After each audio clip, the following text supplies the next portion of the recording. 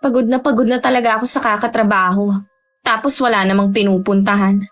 Paano naman kasi ang liit lang ng sahod mo?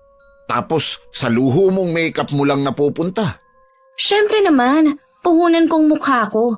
Kailangan kong maging maganda dahil sales lady ang trabaho ko. Bakit hindi ka na lang maghanap ng ibang trabaho? Sinubukan ko na yan. Puro sagot sa akin, tatawagan na lang ako.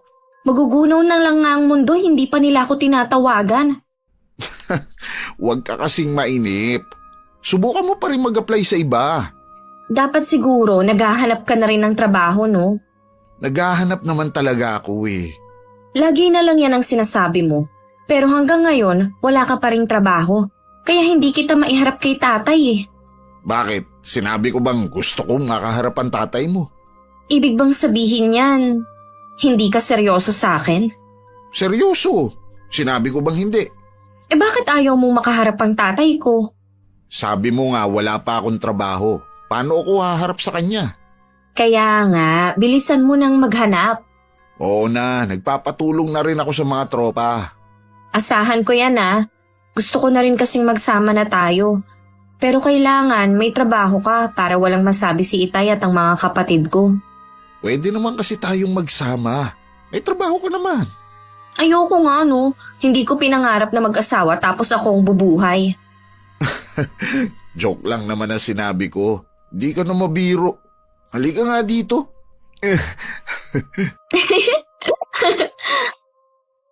Kung gusto mong umangat sa buhay, magsikap ka at paghirapan mo ang sarili mong tagumpay. Huwag pag-interesan ng pinaghirapan ng kapatid. Dahil sa huli, ang karma ang hahabol at maniningil. Hello, Miss Gwen. Mapagpalang araw sa ating lahat. Tawagin niyo na lamang ako sa pangalang Jean, dating OFW. Dalaga pa rin sa edad na 25. Pangalawa po ako sa 4 na magkakapatid. Tubong Tarlac pero dito na sa Maynila nakatira kasama ang tatay ko at 2 kapatid. Maaga po kami naulila sa ina kaya kami ng ate ko ang tumayong nanay sa mga nakababata naming kapatid noon. Ang ibabahagi ko po ay ang kwento namin ng kapatid ko at ng pamilya namin. Tay, nandito na po ako. Oh, maaga ka yata ngayon. Hindi na tuloy kita nasundo sa may labasan. Maaga po talaga akong pinauwi ni Auntie Remy ngayon. May lakad po kasi siya at bukas pa ng gabi ang balik niya. Ganun ba? Ready sa Lunes ka na babalik sa bahay niya? Ganun na nga po. Nasaan si Lorenzo at Ryan? Malamang nasa computer shop na naman ang mga yun. Humingi sa akin ng pera eh. Kayo talaga, Tay. Sinasanay niyo yung dalawa. Baka mamaya ma-addict na sila sa kaka-computer. Kapag wala namang pasok tsaka sila pumupunta doon, naglilibang lang naman ang mga yun. Mabuti na lang magagaling sila sa klase nila. Dahil hindi pwedeng tatambay sila doon kung hindi. Oo nga. Kaya nga hindi ko rin sila hinihigpitan. Si Ate Sandy nga po pala. Hindi pa siya umuwi. Dapat kasi hindi na lang umupa ng kwarto si Ate Sandy. Malapit lang naman ang trabaho niya Kaya nang uwian. Gusto daw niya kasing matutong mamuhay na mag-isa. Nagbibigay po ba siya ng panggastos dito? Paminsan-minsan kapag nakakaalala siyang magbigay. Parang nagtrabaho lang siya para mabili niya ang mga luho na pinapangarap niya. Hayaan mo na. Hindi naman niya obligasyon ng tumulong sa akin mabuti nga may trabaho pa rin ako. Basta ako, Tay. Kayo ang prioridad ko. Kaya ako nagtatrabaho para matulungan kayo ng mga kapatid ko. Talaga ba magtrabaho na lang ang gusto mong gawin? Ayaw mo nang bumalik sa pag-aaral? Ayoko na pong bumalik sa pag-aaral, Tay. Mas masaya na ako na kumita ng pera.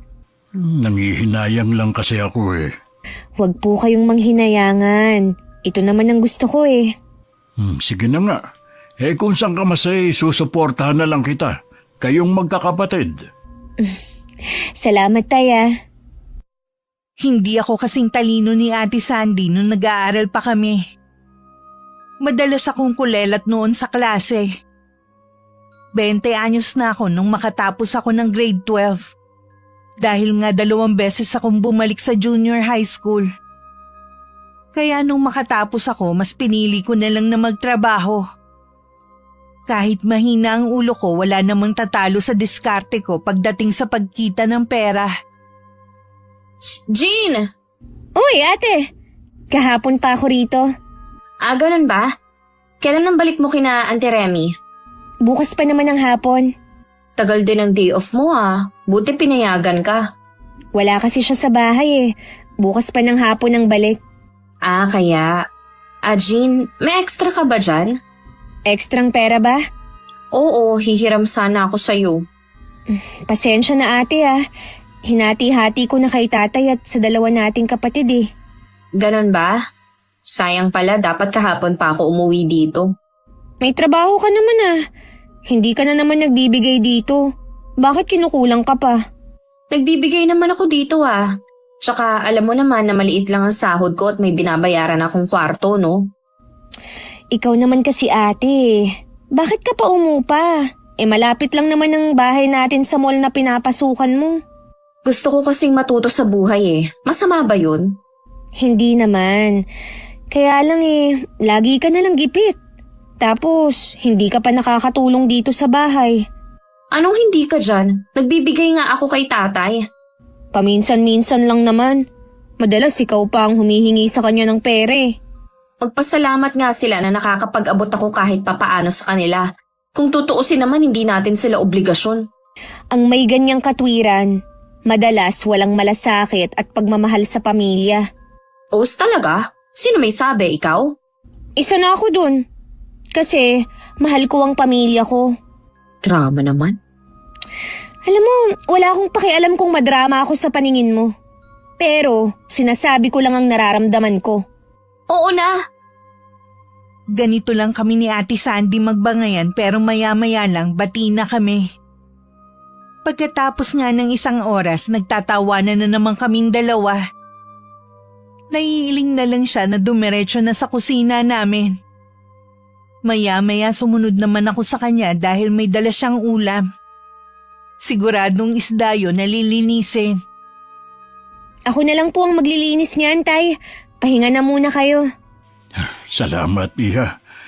Dapat nga ikaw ang nagpapahinga Hindi yung hanggang dito sa bahay nagtatrabaho ka pa rin. Ayos lang po, tay. Masaya naman ako sa ginagawa ko Siya nga pala, wala ka bang balak na maghanap ng ibang trabaho? Hindi ko naman minamaliit ang pagiging kasambahay mo kaya ako nasabi. May plano naman po. Pero sa ngayon mas gusto kong kay Auntie Remy muna magtrabaho. Mabuti nakasundo mo ang auntie mo.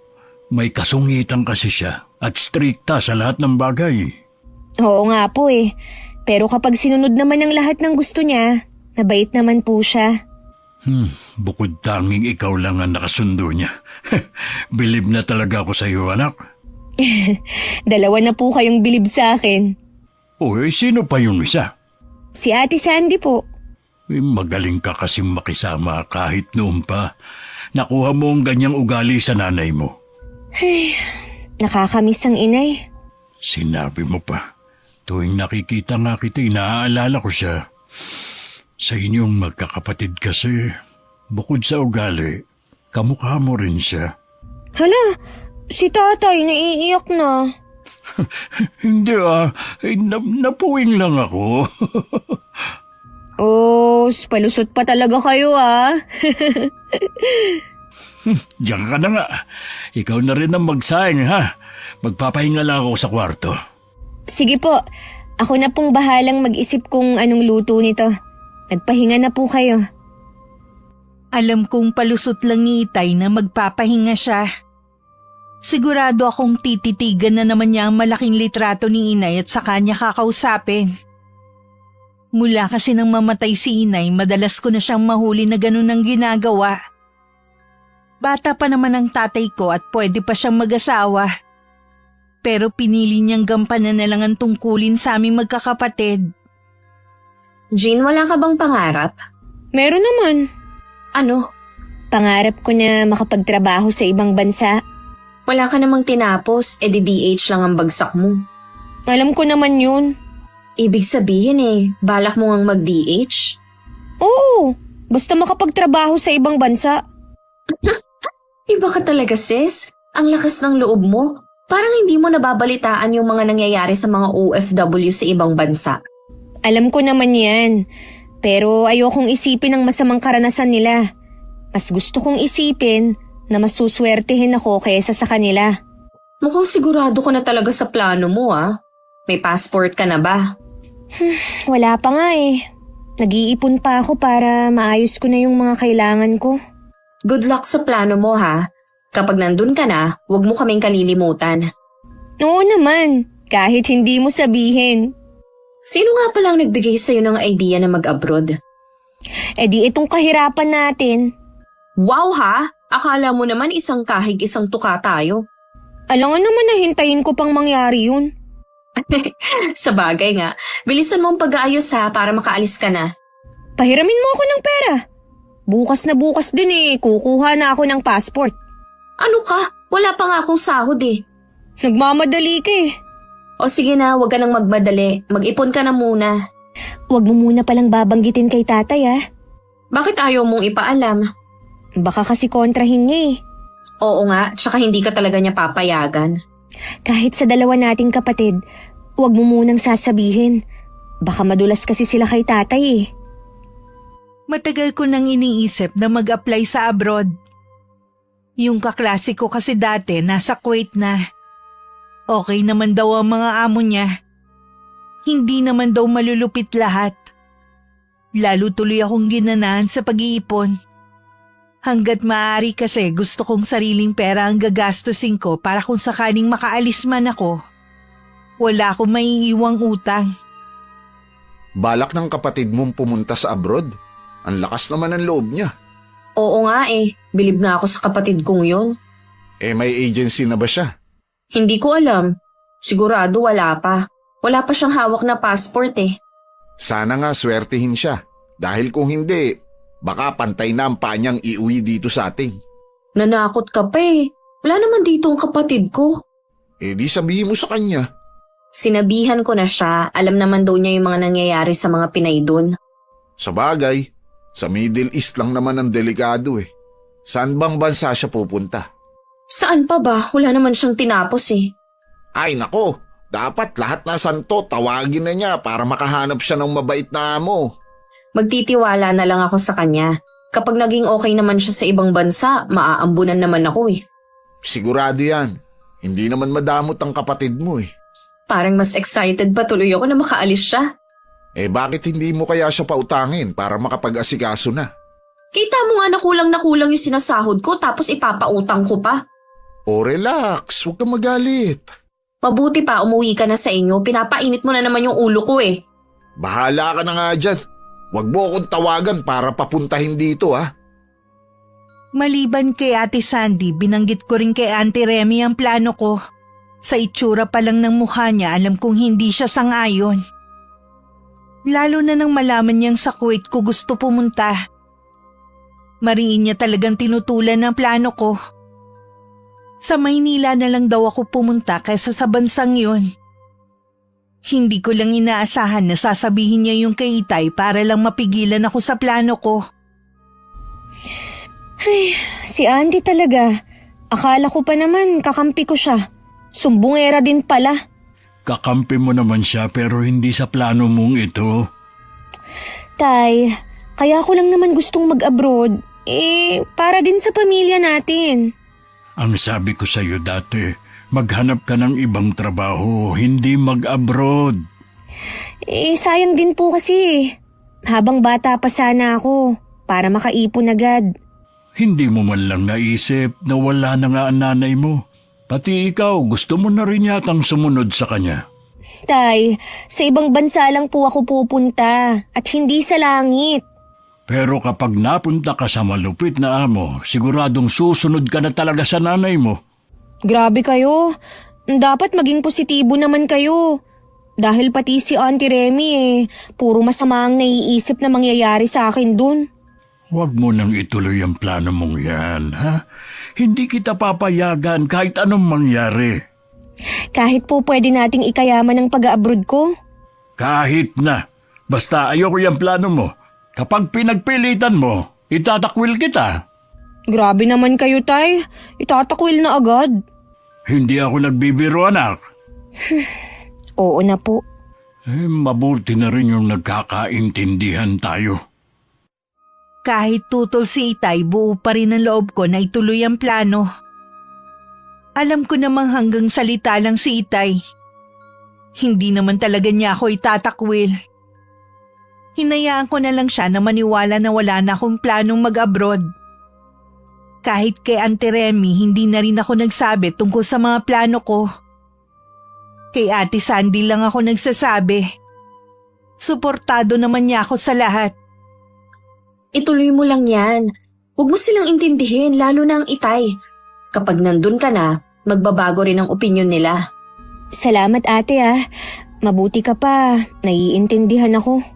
Alam ko naman kasi na para din sa pamilya natin ang plano mo. Siya nga pala, baka wala kang perang panggastos ha. May alam akong pwedeng utangan.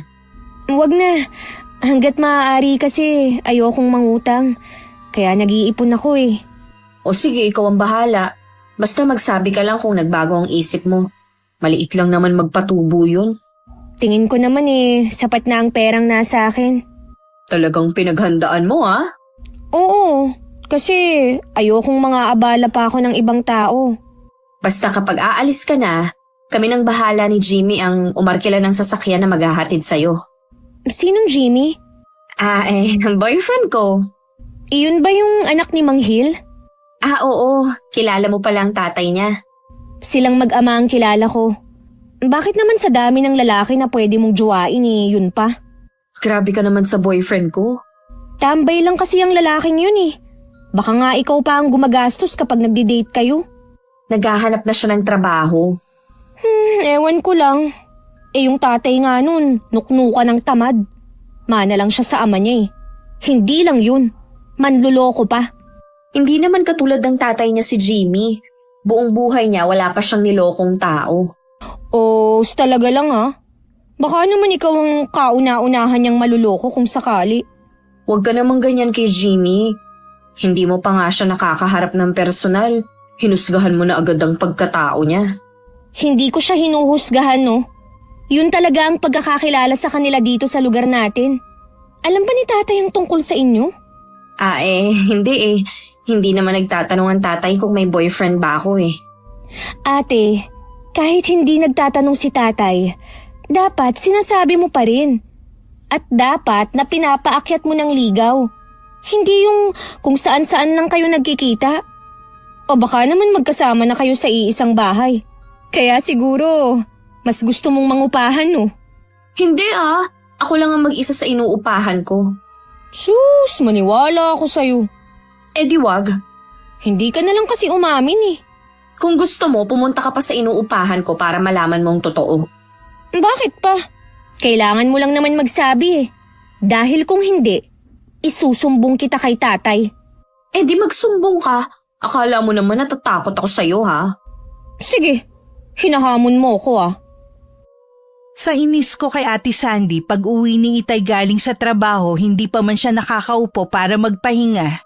Sinumbong ko na agad ang kapatid ko sa pakikipagrelasyon niya kay Jimmy. Kaya naman tinawagan agad ni Itay si Ate Sandy na umuwi ng bahay. Ako naman bumalik na sa bahay ng tiyahin ko para makaiwas sa galit ng kapatid ko. Para kasing nakikinikinita ko na ang mangyayari. Totoo ba na boyfriend mo ang Jimmy na yun? Ha? Tay, siguro si Jean ang nagsabi sa inyo, no? Hindi na mahalaga kung sino ang nagsabi. Sa dinabi-dami ng mga lalaki, bakit yung Jimmy pa na yun? Tay, siya talaga ang gusto ng puso ko. Baka naman nadala ka lang ng kagwapuhan niya. Maganda naman po ako ha. Wala namang masama kung gwapo ang pipiliin ko. Walang problema kung gwapo basta yung matino. Yung may trabaho, hindi yung dakilang tambay lang. Baka mamaya nagmana pa yun sa ama niya. Mabait po si Jimmy at naghahanap na po siya ng trabaho. Wala lang talagang mahanap. Baka naman namimili rin gaya ng ama. Hindi po tay. Hinihintay na nga lang niya na tawagan siya eh. Gusto kong iharap mo sa akin ang lalaking yun. Gusto kong malaman kung seryoso ba siya sa'yo. Matanda na ako, Tay. Pwede ba huwag niyo na akong pakialaman? Anak kita, natural lang na pakikialaman ko ang buhay mo. Anong gusto mo? Mapariwara na lang? Sige na nga po, papupuntahin ko na dito si Jimmy.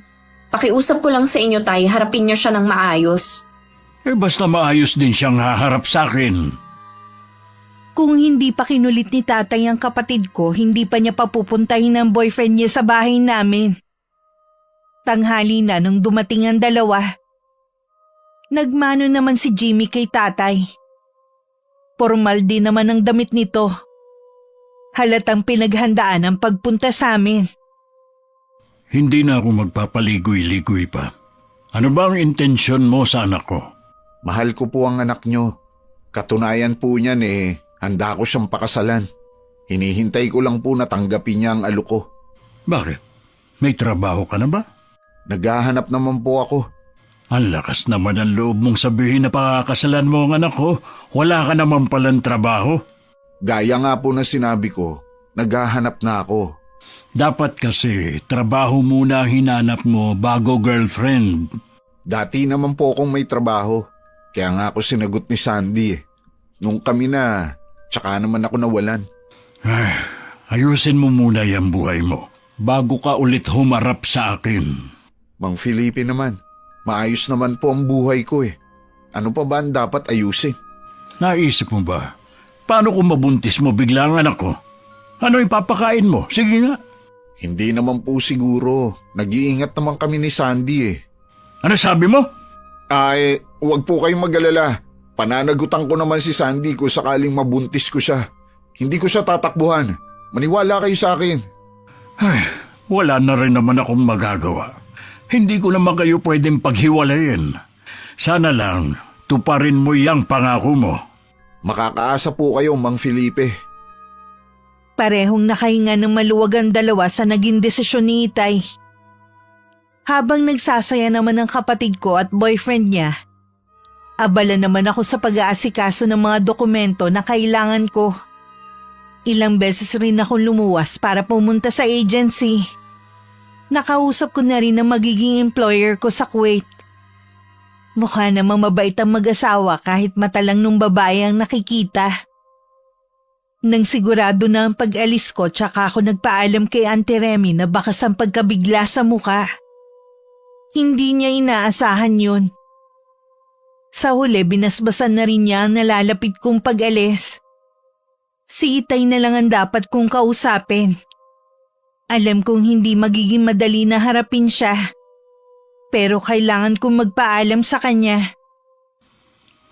Paalis ka na sa 1 linggo? Opo, Itay. Akala ko ba nagkaintindihan na tayo na hindi ka aalis? Oo nga, Tay.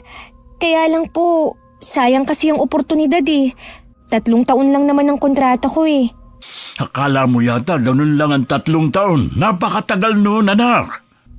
Kaya naman handa akong magtiis. Alang-alang sa pamilya natin. Gusto ko po kasi na mabigyan kayo ng magandang buhay. Baka ginagawa mo ito para sa sarili mo. Kontento kami ng mga kapatid mo kung anong meron. Ikaw ang hindi makontento. Tay naman. Oy, sige, umalis ka. Mula ngayon, wala na akong pakialam pa sa'yo. Hindi mo na rin naman ako pinakikinggan Nakikiusap naman po ako sa inyo. Intindihin niyo naman po ako. Lagi ko naman kayong iniintinding magkakapatid. Ang gusto ko lang naman, sama-sama tayo. Mahirap ba namang hingin yun sa inyo, ha? Magkakasama nga po tayo. Pero mahirap naman ang sitwasyon natin. Hindi naman masama kung mangangarap ako, di ba? Pwede ka naman mangarap na kasama kami. Ang pag-abroad po ang tutupad sa mga pangarap ko. Mukhang buo na talaga ang desisyon mo. Bahala ka na. Tay, ayoko pong umalis na may sama kayo ng loob sa akin. Sa tingin mo, mabilis lang mawawala ang sama ng loob ko sa ginawa mo, ha? Alam ko po na hindi ganun kadali.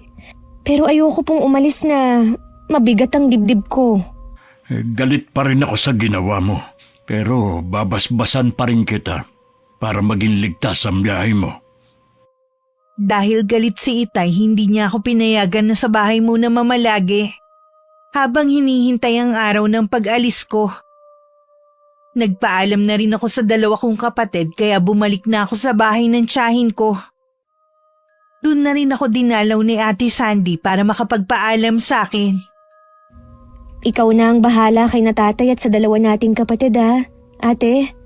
Huwag kang mag-alala, akong bahala sa kanila. Hindi ko sila pababayaan. Sa'yo ko na rin ipapadala ang pera na para sa kanila. Kahit ano kasing pilit ko, ayaw ni Itay na siyang tatanggap ng perang ipapadala ko eh. Oo naman. Siya nga pala, kung gusto mo kapag nakakaipon ka na, kumuha tayo ng hulugan na lupa dito sa atin o kahit anong investment para pagbalik mo meron kang naipundar. Paano yun maipapangalan sa akin? Wala naman ako dito.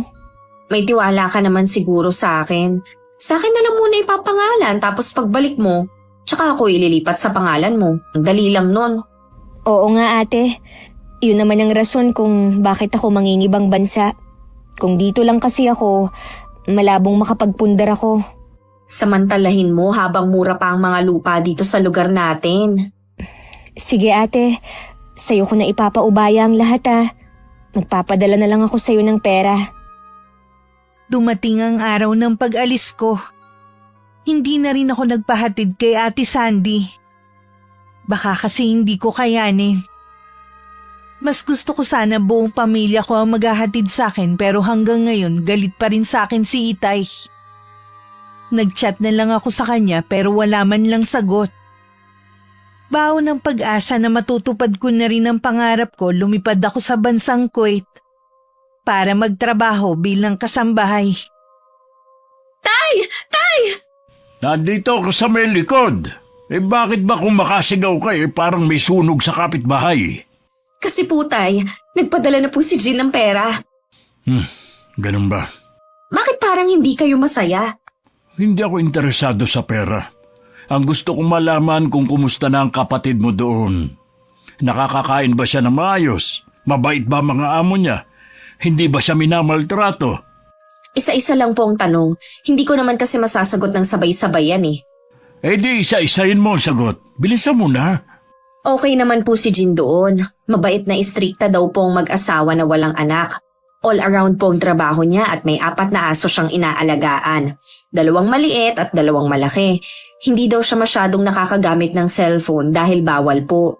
Bakit kaya ayaw siyang paggamitin ng cellphone? May mga ganon talagang amo tay. Ang mahalaga, hindi siya minamaltrato at hindi rin ginugutom. Sa bagay nga. Kaya lang baka mabait ang amo niya kasi bago pa lang siya doon. Huwag na kayong nega tay. Basta maayos ang lagay ni Jean doon. Huwag na po kayong mag-alala. Kunin niyo na tong pera na padala niya. Bakit maliit yata ito? Akwan po kasi nag-iipon daw siya dahil balak niyang bumili ng lupa dito sa atin. Talaga? Akala ko po ba tay hindi kayo interesado sa pera? Hindi nga. Nagtataka lang naman ako Kaya sa susunod, tanggapin niyo na lang ang perang pinapadala ni Jean. Huwag na kayo mag-inarte pa. Oo na. Sabi naman niya, tayo ang dahilan kung bakit niya naisipang mag-abroad. 3 buwan na ako sa Kuwait nang makipag-usap na sa akin si Itay. Sobrang saya ko noon dahil sa wakas bati na kami ng tatay ko. Kahit naho-homesick ako, masaya na rin ako dahil alam kong hindi na siya galit sa akin. Nawawala na rin kahit papano ang pagod ko sa maghapon tuwing nakakausap ko sila. Habang nagtatrabaho ako, tiwala naman ako na pinapadala lahat ng sahod ko kay Ate Sandy. Nakakita na raw kasi siya ng lupa na binibenta sa lugar namin. Lalo tuloy akong sinisipag sa pagtatrabaho dahil sa mga plano namin. Ang swerte mo sa nabili mong lupa. Pwede mo dyan tayuan ng bilyaran o kahit anong gusto mong ipatayong negosyo. Itatanong ko muna kay Jean kung anong gusto niyang gawin sa lupang to. Hindi naman kasi sa akin to kaya hindi ako pwedeng magdesisyon. Di ba sa'yo nakapangalan yan? Sa akin nga, pero hindi ko pera ang ipinambili ko. Ikaw pa rin ang legal na nagmamay-ari nito dahil nakapangalan sa'yo. Kung ako, hindi ko na ito ibibigay sa kapatid mo. Huwag mo nga akong turuan na maging sakim ha. Ay, tinuturuan lang kita maging praktikal. Saan banda ang pagiging praktikal doon, Aber? Pag nanakaw ang gusto mo Hindi Isipin mo na lang. Pagkakataon na natin to para magkaroon ng sariling lupa. Ang kapatid mo, marami pa siyang pagkakataon para umasenso. Tayo din naman eh. Tamad ka lang kasing magtrabaho. Bakit naman sa akin napunta ang usapan? Baka sakali kasing matauhan ka na. Kailan ka ba magbabago ha? Nangako ka pa naman kay Itay pero hanggang ngayon wala ka pa ring trabaho. Nag-uumpisa ka na naman eh. Baka uwi na nga. Diyan ka magaling ang umiwas. Babalik na lang ako kapag nagbago na yung isip mo. Hindi mo mababago ang isip ko. Hindi ko magagawang lokohin ang sarili kong kapatid.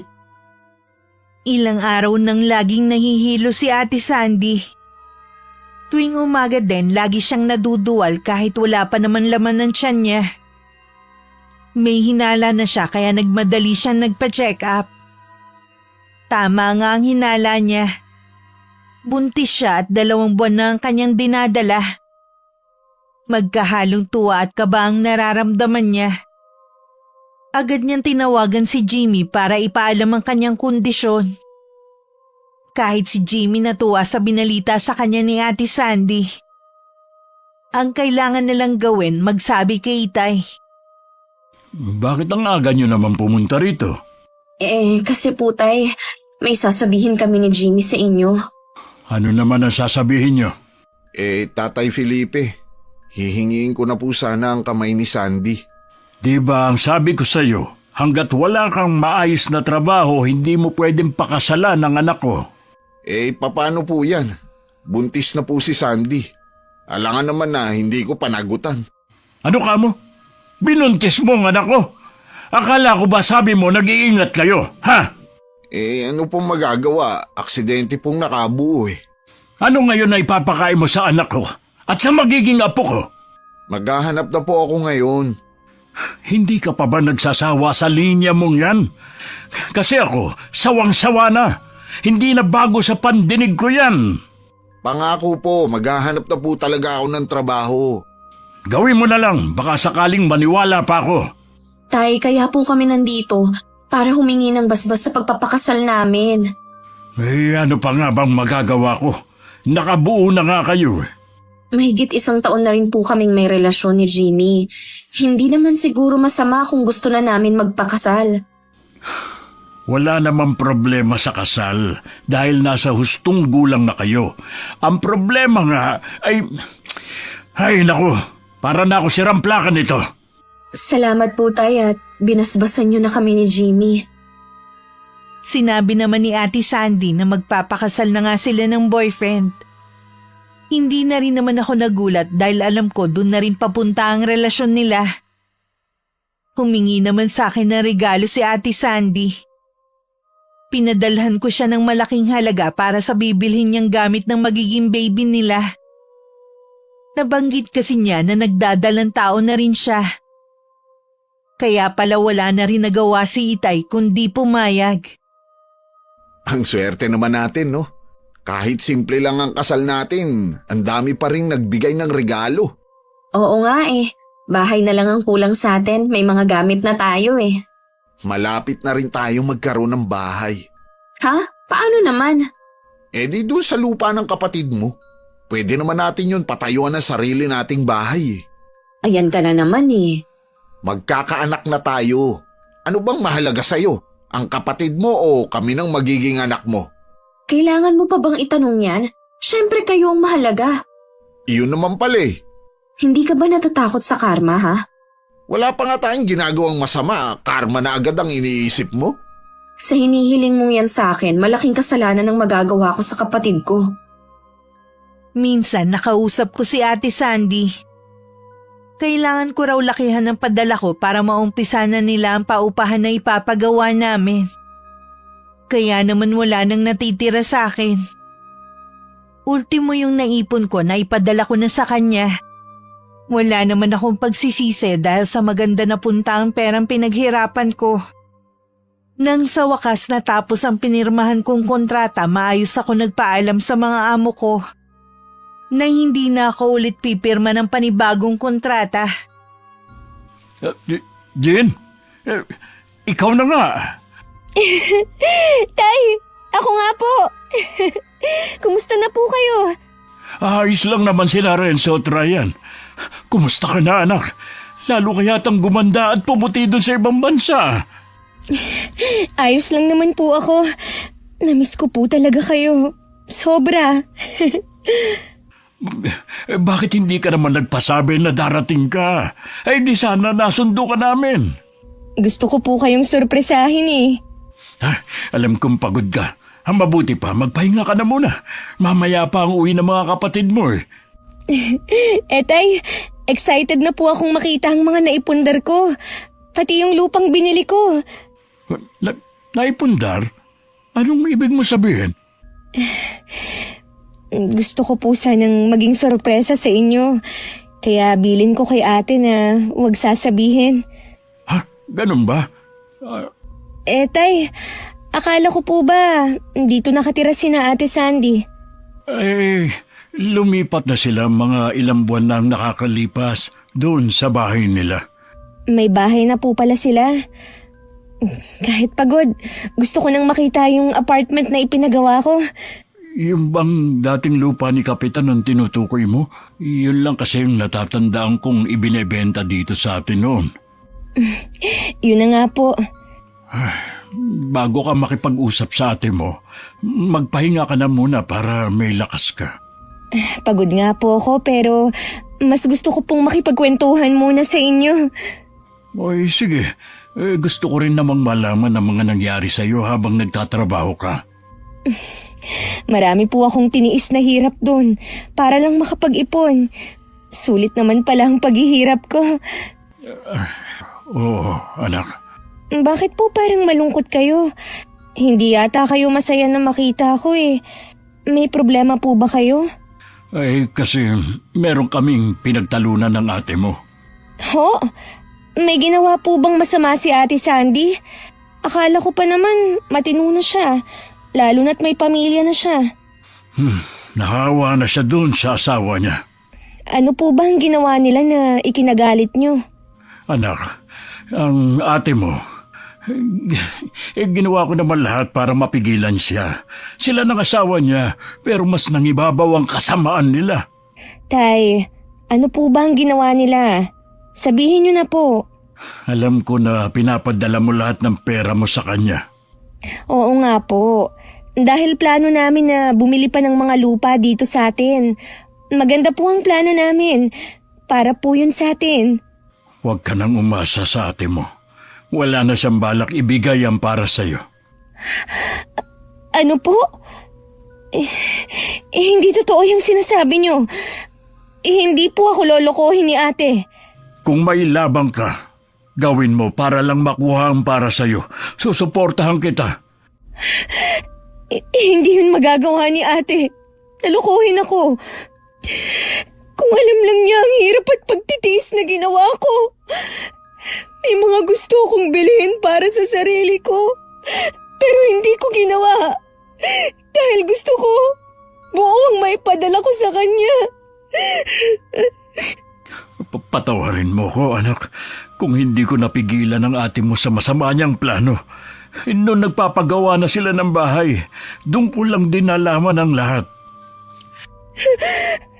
Hindi po ba paupahan ang ginawa nila? Hindi.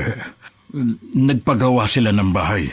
At alam ko meron silang babuyan na tatay ni Jimmy ang nangangasiwa. Hindi nila pwedeng angkinin ang pinaghirapan ko. Babawiin ko ang pag-aari ko. Hindi ko nga alam kung bakit naging ganun ang ugali ng ate mo. Kahit pagod sa mahabang biyahe, nuna ko munang puntahan si Ate Sandy bago ako magpahinga. Sana lang nagkakamali si Itay. Pagdating, isang maliit na bahay ang nakatayo pero maganda ang yari. Meron din tindahan sa harapan ng bahay. Magdo-doorbell na sana ako nang lumabas si Jimmy. Nung una hindi niya ako agad namukhaan. Nang makilala, biglang nanlaki ang mga mata niya. Oh, bakit para kang nakakita ng multo dyan? Kailan ka pa dumating? Ngayon lang. May nakarating kasi sa akin na balita. Kaya dito agad ako nagpunta. Totoo nga pala. Inaasahan ko pa naman na may 4 na pintong apartment na dito. Hindi bahay na may tindahan pa sa harapan. Huwag kang manggulo dito. Walang ate mo at bukas pa siya makakauwi. Oo nga. Ako pa talaga ang sinabihan mong wag manggulo. Umalis ka na. Marami pa akong gagawin. Hindi ako aalis dito. Hanggat hindi niyo pinapaliwanag ang nangyari. Walang dapat ipaliwanag. Hindi namin obligasyon ng ate mo na magpaliwanag. Anong wala? Akin ang bahay na ito. Sarili kong pera ang ipinagawa nito. Bakit niyo inaangkin? Eh bakit may ebidensya ka, ha? Oo, yung mga resibo ng perang pinapadala ko. Yun lang? Sa amin ng ate mo nakapangalan ng bahay na to. Conjugal property to. Ang kapal naman ng mukha mo para sabihin na conjugal property. Nilupa sa pasunga, wala kayo ng ate ko eh. Maayos ang pag-uusap namin ng ate ko bago ako umalis. Bakit niya ako niloko? Ay, naku, wala kaming alam sa sinasabi mo. Baka ibang tao ang nanloko sa'yo. Talaga palang ubod ka ng sama. Binilog mo siguro ang ulo ni Ate Sandy para lokohin ako, no? Huwag kang mambibintang dyan, ha? Baka kung anong magawa ko sa'yo. Alam mong hindi ako nang bibintang lang. Ay, mas maingay ka pa sa ate mo eh. Saan ka pupunta? Bumalik ka rito! Ano ba? Hindi ka ba titigil sa pag-iiskandalo mo dito, ha? Hindi ako titigil hanggat hindi niyo ibinabalik ang sakin! Kakasuhan ko kayo! Bahala ka sa gusto mong gawin. Wala akong pakialam. Naiyak na lang ako nang maiwan ako sa labas ng gate. Bigong umuwi ako sa amin. Awang-awa naman sa akin si Itay habang umiiyak ako sa sama ng loob. Nang mga oras na yun, kalmado lang naman si Jimmy. Habang takot na takot si Ate Sandy nang malamang nakauwi na ako. Ito na nga bang sinasabi ko kapag umuwi siya. Anong gagawin natin? Huwag kang matakot. Wala naman siyang katibayan na kanya to kahit maghabol pa siya. Anong wala ka dyan? Paano mo ipapaliwanag ang pinapadala niyang pera? Wala naman siya sinabi na para yun sa pagbili ng bahay na to. Alam natin, padala yun para sa tatay niyo. Siguradong galit na galit sa atin si Jean. Kahit na magwala pa siya sa galit, wala na siyang magagawa pa. Kailangan ko siyang harapin. Hindi habang buhay mapagtataguan natin siya. Ay, bahala ka. Basta panindigan mo ang naging plano natin, ha? Oo naman. Ayoko na ulit bumalik sa pagtatrabaho. Tapos napakaliit ng sahod.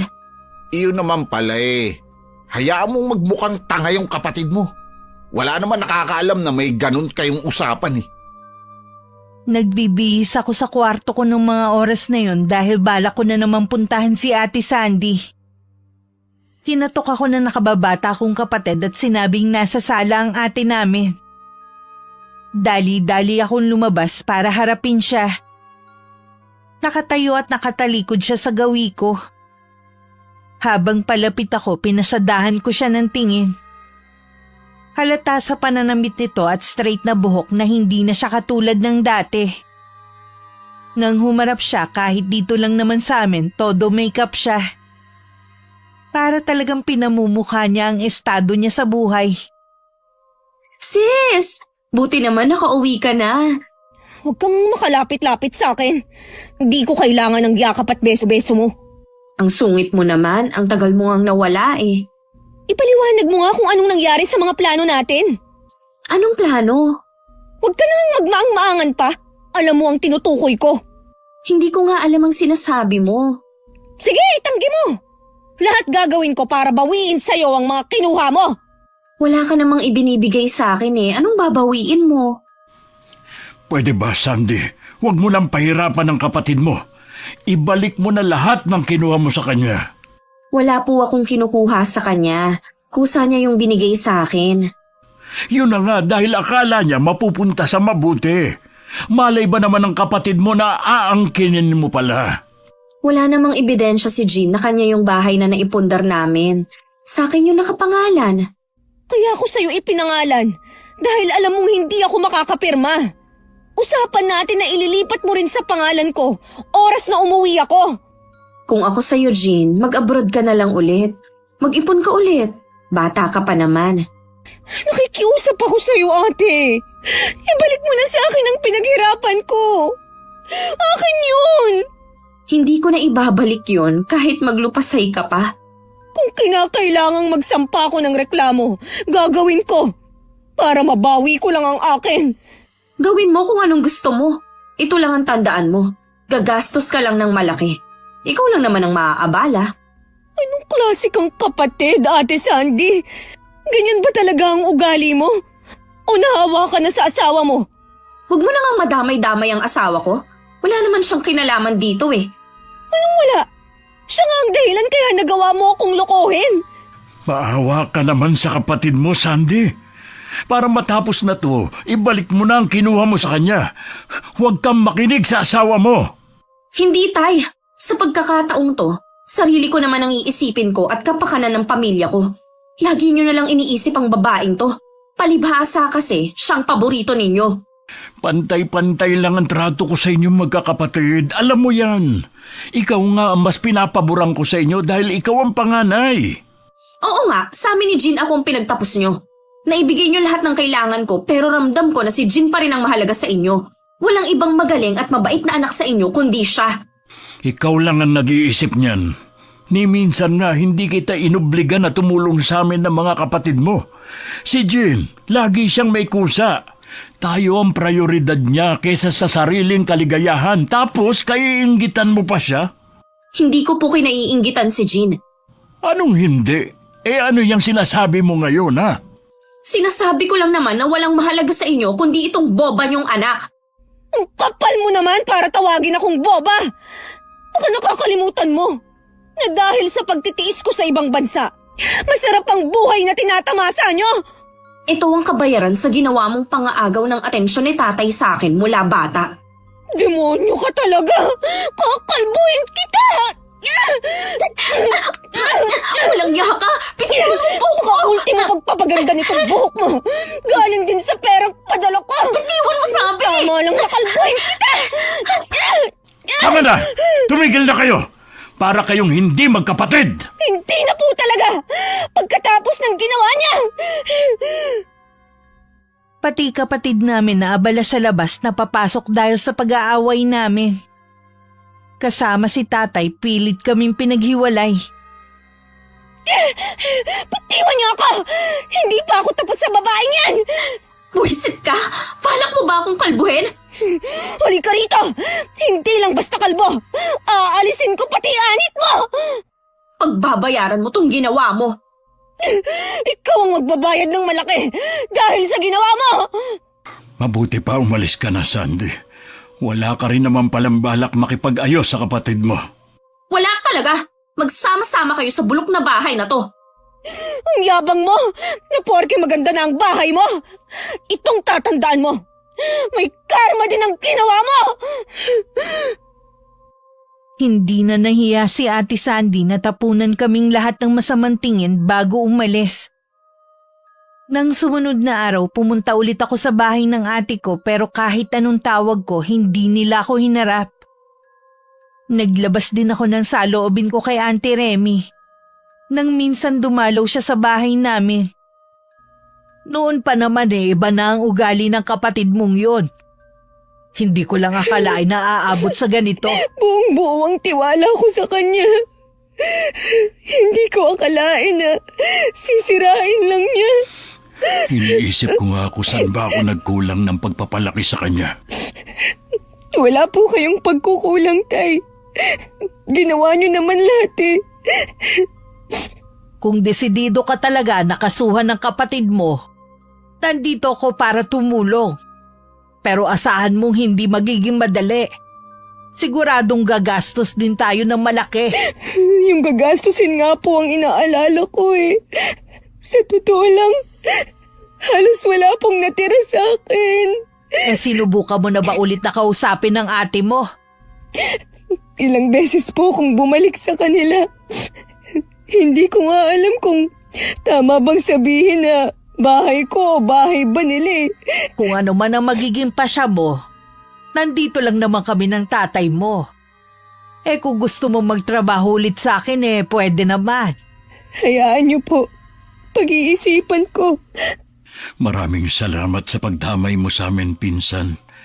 Ikaw lang naman ang tumuturing sa amin na kamag-anak eh. Wala yun, Felipe. Mahalaga kayo sa akin. Lalo na itong si Jean. Kung may ipon lang sana ako.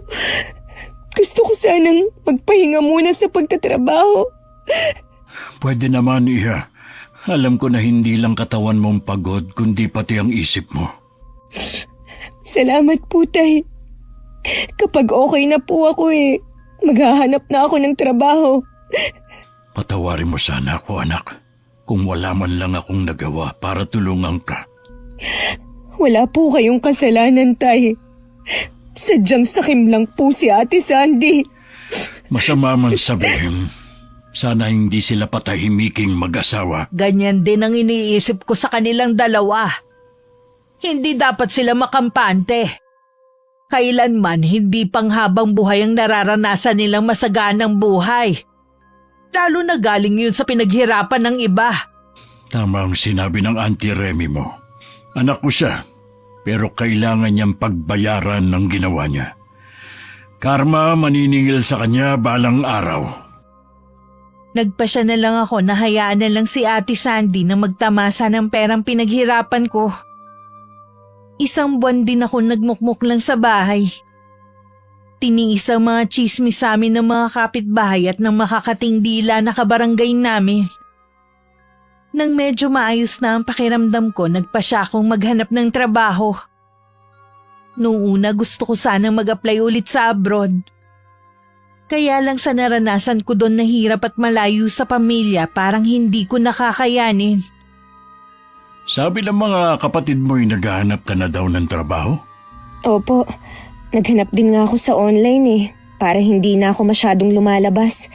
Baka makasalubong ko lang si ate. Bihira ko lang din naman silang makita. Hindi rin yata sila lumalabas ng bahay. Huwag na silang lumabas habang buhay. Naiintindihan ko naman kung hindi mo na talaga sila mapapatawad. Hindi na po talaga. Ni ayaw ko na nga silang makita Kahit ayaw mo, pwede pa rin kayong magkita dahil nasa iisang lugar lang naman kayo Kaya nga po, gusto kong sa Maynila maghanap ng trabaho. Sabi ng kaibigan ko, pwede ko raw po subukan sa call center. Ha? Sa Maynila? Ang layo naman. Mas malayo nga po ang Kuwait Ay, oo nga. Pero bakit doon mo naman gusto magtrabaho kung pwede naman dito sa malapit lang? Sabi ko nga po sa inyo, ayoko nang makita ang pagmumukha ng dalawang yun. Ay, mapapalayo ka na naman pala sa amin ng mga kapatid mo. Sorry, Tay.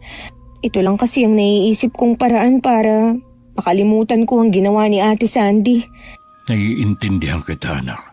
Basta kapag natuloy ka sa pagtatrabaho mo doon, huwag kang makakalimot na tumawag sa Panginoon na gabayan ka lagi, ha?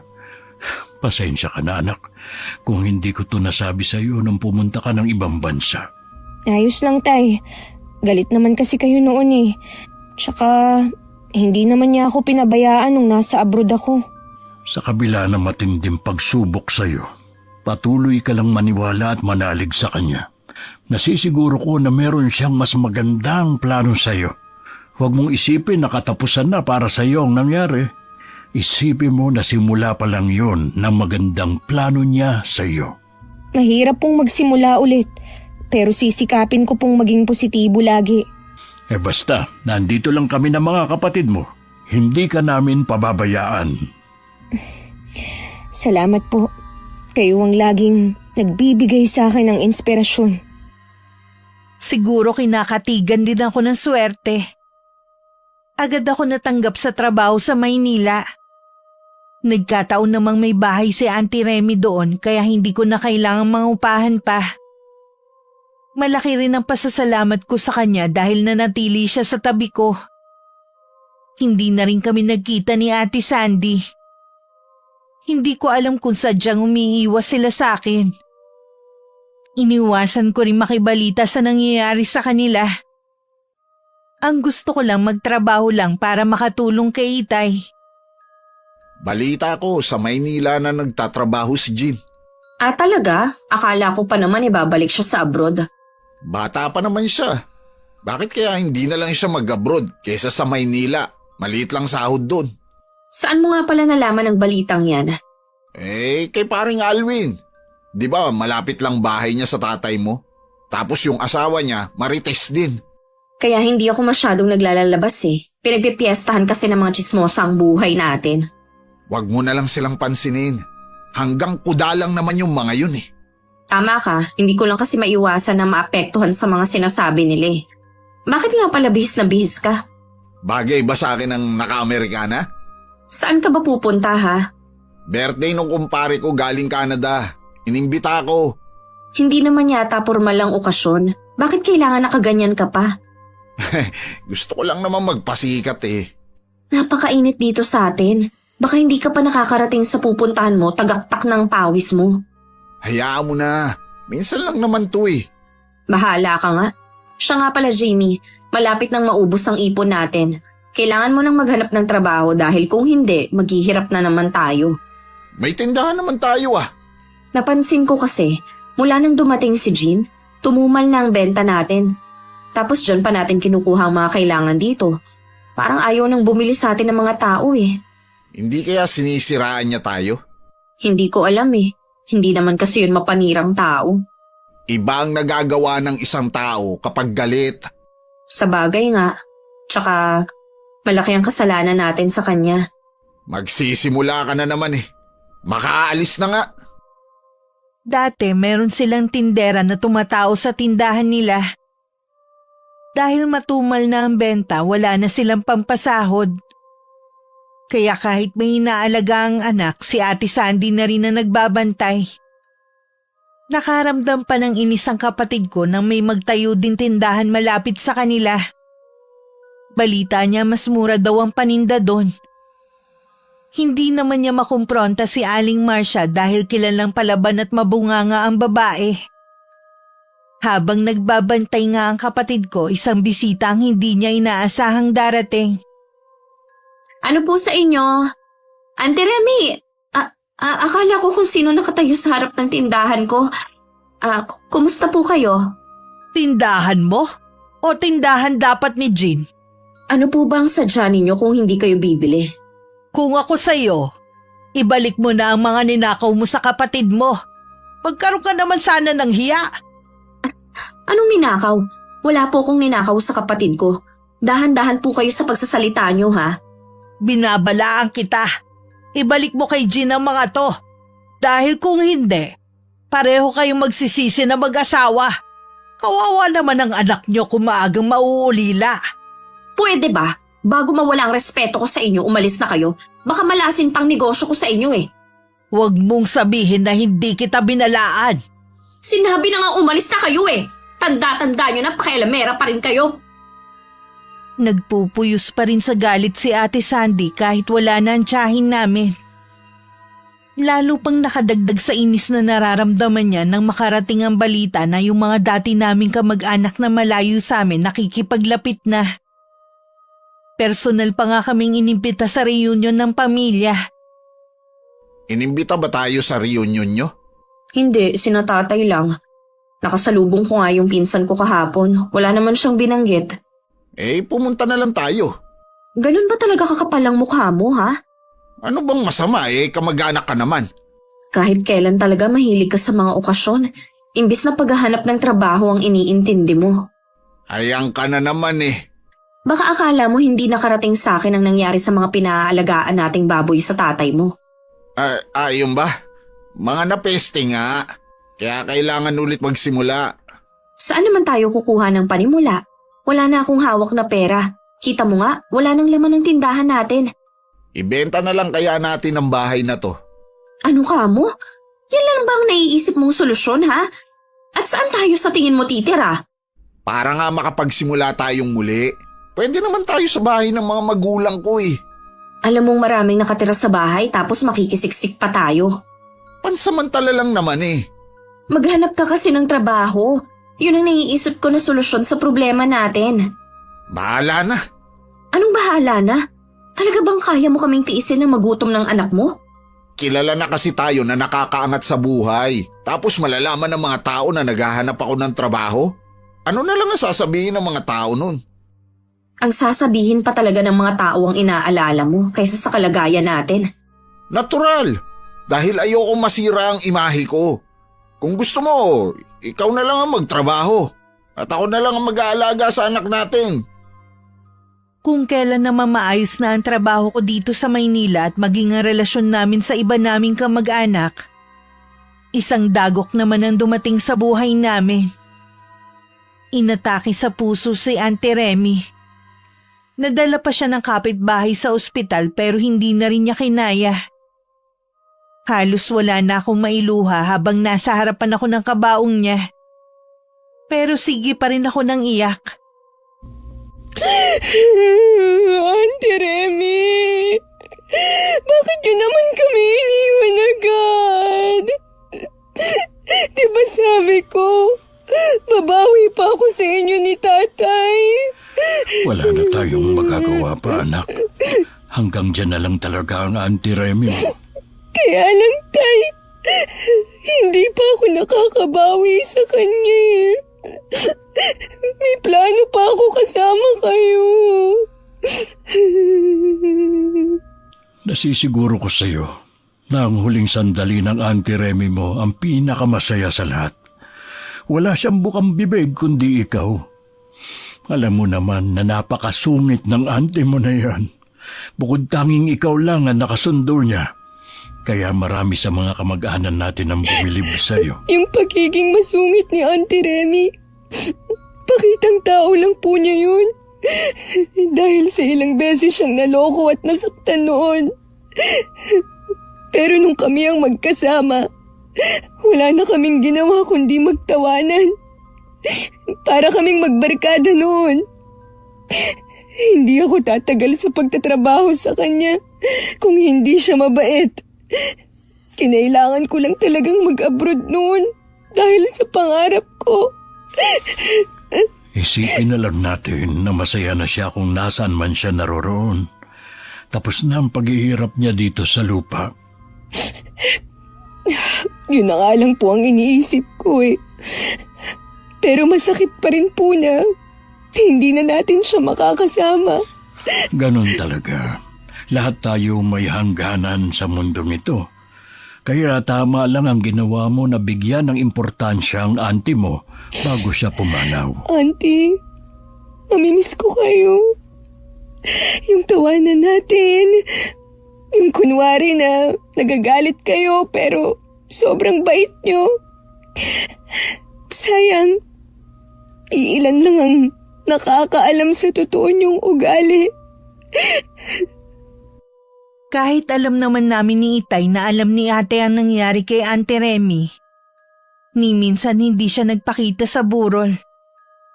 Hinayaan na lang namin siya. Mas makakabuti rin siguro na hindi na lang sila pumunta.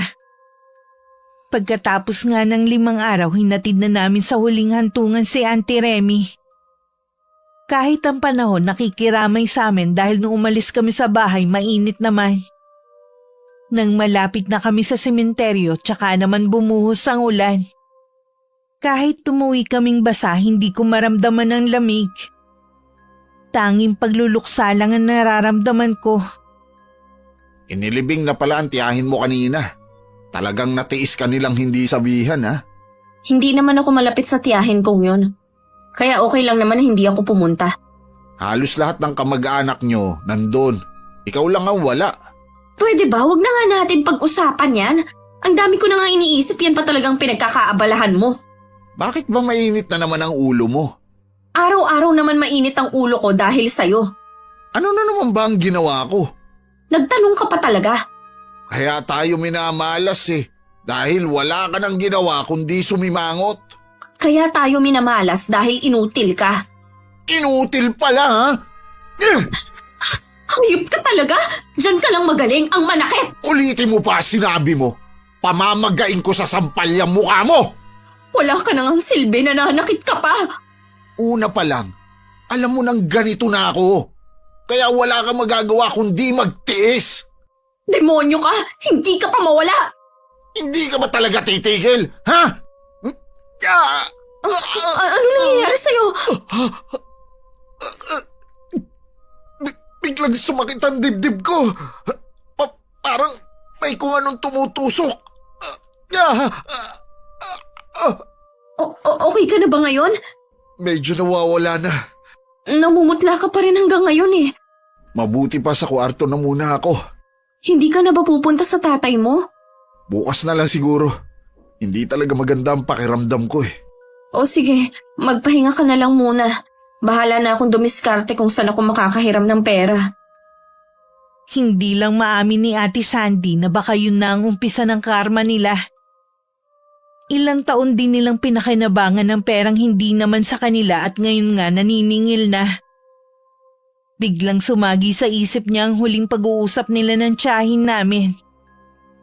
Sa isang iglap parang gusto na lang niyang ibalik ang nakaraan. Kung hinahabol ng kamalasan si Ate Sandy, swerte naman ang dumating sa akin.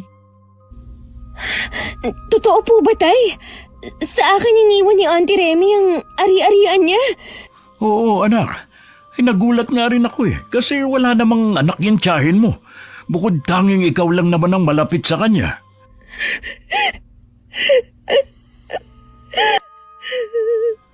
Oh, bakit ka naman umatungal na parang baka dyan? Hindi mo ba gusto ang ginawa ng tiyahin mo? Hindi lang po ako makapaniwala. Kaya ako umiiyak. Nandito na nga pala ang susi ng bahay ng tiyahin mo. Pwede nating bisitahin kung kailan mo gusto. Parang hindi ko pa po kaya na pasukin ang bahay niya. Ang dami kasing alaala dun eh. Tutal naman, sa Maynila ka naglalagi. Pwede mong paupahan ang bahay niya. Pwede rin po. Kesa walang nakatira. Kahit mahirap. Sige tay, puntahan natin. Para maiayos na rin ang mga gamit sa loob at makapaglinis na rin. Nakakalungkot man na nawala ang tiyahin mo. Naging daan naman ito para makaahon ka. Ngayon ko po lalong napatunayan kung gaano niya ako kamahal. Alam na rin ng mga kamag-anak natin at masaya sila para sa iyo. Hindi naman po pala ganun kasasamahang mga kamag-anak natin eh. Oo nga, minsan talaga hindi maganda yung mauunang panghuhusga dahil lang sa hindi tayo pinapansin. Oo nga po. Nung reunion nga po, ang saya nating lahat. Doon ko sila mas lalong nakilala. May kasalanan din naman ako. Dahil sa agwat ng katayuan ng buhay natin sa kanila, parang nahiya na akong makipaglapit. Pero pagkatapos ng reunion, lagi na kami nagbabatian ng mga pinsan ko. Ganun din po ako. Biglang nawala ang ilangan. Oh, paano? Bukas na tayo pumunta sa bahay ng tiyahin mo. Magpahinga ka na muna. Kinabukasan nga pagkatapos ng almusal pumunta na kami sa bahay ni Auntie Remy. Sa bungad pa lang ng pinto nangingilid na ang mga luha ko. Kahit saan sulok ng bahay naaalala ko si Auntie. Tama lang siguro ang sinabi ni Itay na paupahan na lang namin ang bahay na ito. Hindi ko rin kasi kakayanin na tumira dito dahil baka malunod lang ako sa lungkot. Nakita ko nagtungo sa may kusina si Itay. Ako naman pinasok ko ang kwarto ni Auntie. Iyon ang kauna-unahang pagkakataon na mapapasok ko yun. Noon kasi mahigpit niyang ipinagbabawal ang pagpasok doon. Nang nasa loob na ako, nagulat ako sa nakita ko. Kaya tinawag ko si Itay. Ano po ang ibig sabihin ng altar na ito? Bakit may ulo ng kambing? Hindi kaya yan ang sinasamba ni Auntie Remy? Sa palagay ko, nagsagawa siya ng ritual dito. Para saan po? Ang gamit na nandito ginagamit sa orasyon para tawagin ang prinsipe ng kadiliman. Hindi ko alam na may alam sa karunungang itim si Ate Remy. Ibig niyo pong sabihin, mangkukulam siya? Ganun na nga. Pero sino kaya ang kinulam niya? Kahit ganun po na masungit si Auntie Remy, wala naman po siyang nakakagalit dahil ilag nga sa kanyang mga tao. Nung hindi pa kami nagkakakilala ng nanay niyo, may balita na kumakalat dati sa lugar na ito na ang nanay daw ni Ate Remy may alam sa karunungang itim. Pero wala namang makapagpatotoo hanggang sa namatay na lang siya. Hindi po kaya si Auntie ang nagmana ng kaalaman ng kanyang ina? Ganun na nga yun. Dahil hindi inaasahan ang kamatayan niya, hindi niya na naitago ang lihim niya. Iniligpit na namin ang mga gamit na nandun. At inilibing na namin sa hukay ang mga gamit niya sa pangungulam. Si tatay na rin na nakipag-usap sa pare para mabindisyonan ng buong bahay bago namin papinturahan. At ipaayos ang ilang sira katulad ng cabinet sa kusina. Isang buwan din bago namin yung pinaupahan. Isang pamilya ang umuupa doon na may isang anak na dalaga at pareho ding may trabaho ang mag-asawa. Hindi mo man lang ba dadalawin ang pamilya mo? Galit sila sa akin, di ba? Ni hindi nga nila ako naalala nung reunion at kung kumusta na ba ako ngayon. Balita ko, nakabangon na ulit si Jean. Mas sinuwerte pa nga siya. Biruin mo, 2 bahay ang pinamana sa kanya at pera ng tiyahin nyo. Bakit kaya sa kanya ipinamana ikaw ang mas matanda? Malapit siya sa tiyahin namin yun kaya hindi na nakapagtataka. Alam kaya nila ang kalagayan natin? Siguro, nasa iisang barangay lang naman tayo nakatira eh. Oo nga eh. Tapos yung tatay mo, hindi man lang madalaw ang apo niya. Ilang beses naman siyang dumalaw dito, hindi lang natin siya hinarap. Buisit kasi. Ba't ba walang gustong bumili ng bahay na to? Hindi ko alam kung totoo ang sinasabi ng mga kapitbahay natin na may nakikita silang matandang babaeng nakadungaw lagi sa bintana. Huwag kang maniniwala sa kanila. Nananakot lang mga yun para walang bumili sa bahay na to. Paano kung totoo ang sinasabi nila? Kailangan maibenta ng bahay na to. Baon na ako sa utang sa mga kapatid ko. Kasalanan ko ba ha? Ikaw tong naglustay ng pera natin. Huwag na nga tayong magsisihan pa. Tapos na naman eh. Baka ang pagkakasakit mo, unti-unti na tayong sinisingil. Iba na rin ang pakiramdam ko sa katawan ko.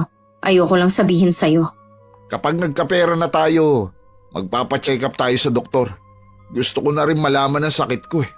Bakit ako nangangayayat at tuwing gabi parang laging tinutusok ang dibdib ko? Aminin man natin o hindi, karma na ito sa atin.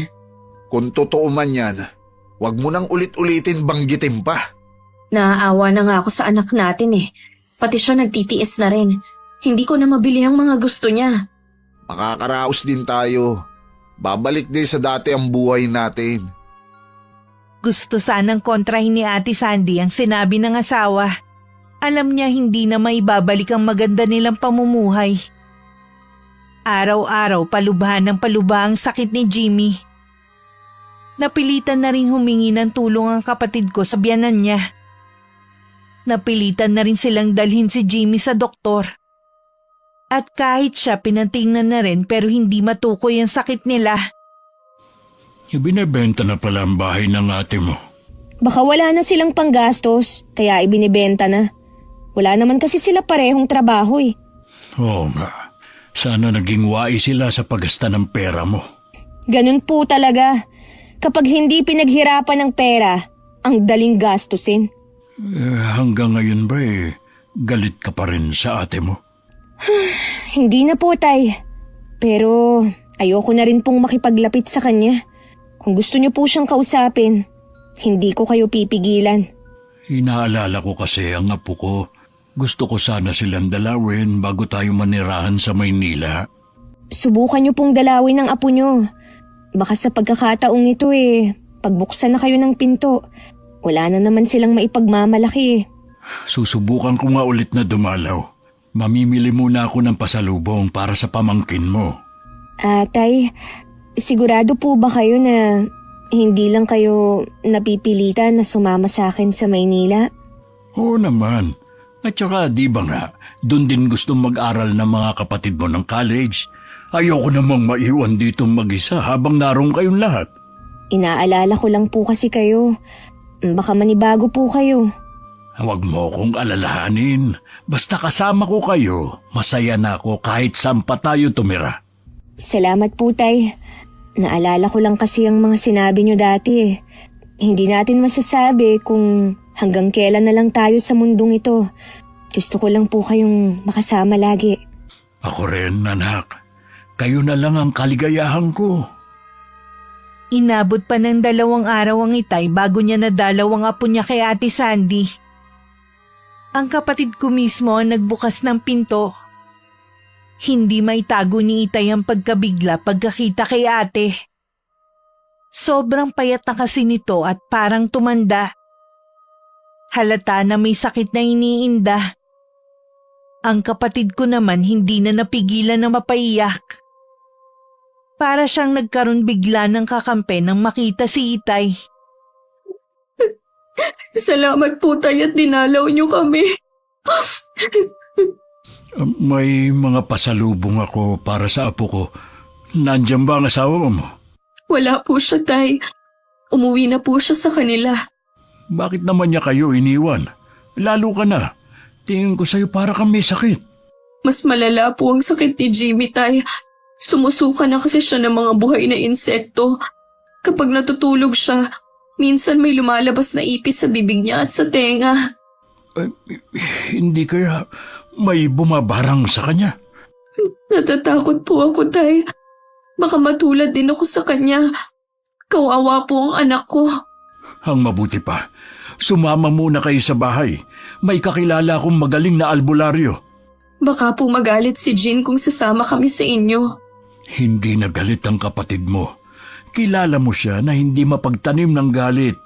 Pero Tay, malaki po ang naging kasalanan ko kay Jean. Humingi ka lang ng tawad sa kanya para alam niya na totoo na nagsisisi ka na.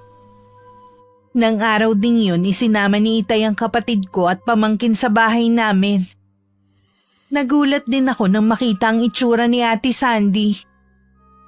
Kahit may konti pa akong hinanakit sa kanya para yung yelong natunaw. At napalitan ng awa. Susunduin ko lang sa kabilang barangay si Katonyo. Yung albularyo po? Oh, may palagay kasi ako na kinukulam ang ate mo. Kaya ba ganyan ang itsura mo ngayon? Oo, nakapagpa-check up na nga rin ako eh. Hindi makita ng doktor ang sakit ko. Mas malala nga kay Jimmy dahil sumusuka na siya ng buhay ng mga insekto. Sino ang gumawa niyan sa inyo? Hindi ko alam eh. Wala naman kaming kilala na mangkukulam. Wala rin kaming kagalit. Iisang tao lang naman ang nagbanta sa amin. Yun ay si Auntie Remy. Matindi ang galit niya sa amin dahil sa ginawa namin sa'yo. Patay na si Auntie Remy. Huwag mo na sana siyang idamay pa. Hindi ko naman siya dinadamay. Sinasabi ko lang na siyang nagbanta sa akin noon. Kapag dumating ang albularyo, malalaman na rin natin ang totoo mong sakit. Jean, sana hindi pa huli para humingi ako ng tawad sa'yo sa mga nagawa ko. Pinagsisisihan ko ng lahat. Karma na sa aming mag-asawa ang nangyayari. Pinatawad na kita sa mga nagawa mo. Pera lang naman yung nawala eh. Pero hindi ko alam kung maibabalik pa ang tiwala ko. Naiintindihan ko naman kung hindi na babalik ang tiwala mo. Nagpapasalamat pa rin ako dahil pinatawad mo pa rin ako. Magpahinga ka na muna. Ako na ang bahala sa anak mo. Kanina pa nga ako nanghihina eh. Baka nagugutom ka. Ikukuha kita ng pagkain. Wag na. Natatakot kasi na lumala ang karamdaman ko kagaya ni Jimmy. Magsabi ka na lang kung may kailangan ka. Mula sa labas ng kwarto, dinig ko ang daing ni Ate Sandy. Alam kong hindi na maganda ang lagay niya. Panay din ang silip ko sa may bintana kung paparating na ba si Itay. May kalayuan din kasi ang kabilang barangay. Pinuntahan ko muna si ate sa kwarto. Ate, okay ka lang? Hindi ko na kaya, Jean. Hirap na ako. Huwag kang susuko, ate. Isipin mo ang anak mo. Mas ikaw ang kailangan niya. Alam ko. Kaya lang sobrang sakit na ang nararamdaman ko. Teka lang, nandiyan na yata si Itay. Papasok pa lang si Itay kasama si Katonyo sa may pinto nang lumabas ako. Nakahinga naman ako ng maluwag dahil sa wakas malulunasan na rin ang kapatid ko. Inihatid lang siya ni Itay sa loob ng kwarto kung nasan si Ate Sandy at lumabas na rin. Naiwan naman ako nag-iisip sa sala. Tumabi naman sa akin si Itay at tinanong kung ano ang iniisip ko. Naisip ko po bigla na baka si Auntie Remy ang kumulam sa dalawa. Sabi po kasi ni ate, pinagbantaan sila ni Auntie. Sumagi rin yan sa isip ko. Hindi naman ako naniniwala na intensyong patayin ng tiyahin mo ang ate mo. Baka gusto lang niyang takutin ang mag-asawa. Yun nga lang, inatake na siya sa puso. Kaya yung naabutan natin sa kwarto niya, orasyon na hindi natapos. Nangako pa naman ako na wala akong pagsasabihan sa sikreto ni Auntie Remy. Hindi na natin kailangan na sabihin sa kanya. Ang importante, gumaling siya alang-alang sa anak niya. Hindi siya maaring maulila pareho sa magulang. Ano pong ibig niyong sabihin? Wala na si Jimmy. Nakasalubong ko kaninang kapatid niya. Pumanaw ng araw yon. Hindi na kinaya ang sakit na nararamdaman. Kawawa naman po ang pamangkin ko. Pinagbayaran niya ang kanyang ginawa sa malupit na paraan. Kung nasan man sana si Auntie Remy, patawarin na niya si ate. Baliwala ang yaman na ipinamana niya kung mawawala ang kapatid ko. Magtiwala lang tayo kay Katonyo. Alam ko na mapapagaling niya ang kapatid mo. Panay ang usal ko ng dasal para sa kaligtasan ng kapatid ko. Muli ko napatunayan na mabisa talaga ang dasal. Makalipas kasi ang 2 oras, lumabas na ang albularyo na si Katonyo at sinabing magaling na si ate. Makahulugan pang ngiti ang ibinigay niya kay Itay. Alam kong meron na silang usapan na ilihim nito ang kumulam kay Ate Sandy. Akala ko talaga katapusan ko na. Sa kauna-unahang pagkakataon, tumawag ako sa kanya. Hindi niya ako binigo. Lagi kang tatawag sa kanya. May kailangan ka man o wala. Tanging siya lang ang maaasahan natin kahit nasan man tayo o sa anong sitwasyon. Oo, Jean. Salamat at itinuro mo ulit sa akin ang tamang daan. Huwag ka na sanang maliligaw ulit, Ate Sandy. Si tatay ang nagsabi sa kanya sa kung ano nangyari kay Jimmy. Nakakaawa ang iyak ni ate. Pero alam kong mas pinatatag na siya ng pangyayari at dahil sa anak nila. Matulin na lumipas ang 3 buwan. Tumanggi ang kapatid ko na sumama sa amin sa Maynila. Mas gusto daw niyang manatili sa probinsya namin at matutong haraping mag-isa ang buhay. Para makapagtrabaho, kumuha siya ng magbabantay sa anak niya. Sa bahay namin siya nakatira at yung bahay na ipinagawa nila binenta niya. Saka ibinigay sa akin ng pera kahit anong tanggi ko. Itinabi ko na lang yun para kung may emergency sa pamilya may magagamit kami. Huwag pag-interesan ng hindi mo pinaghirapan. Dahil sa huli siguradong may karmang maniningil. Katulad sa nangyari sa kapatid ko. Sa umpisa lang sila naging masaya at marangya ang buhay. Sa huli, puro sakit at pighati ang naranasan nilang mag-asawa. Kaya bago gumawa ng masama sa kapatid o ibang tao, pag-isipan muna ito ng maraming beses. Salamat sa pagpili ng aking storya, Miss Gwen. Naway kapulutan ito ng aral ng inyong mga taga-subaybay. Wakas.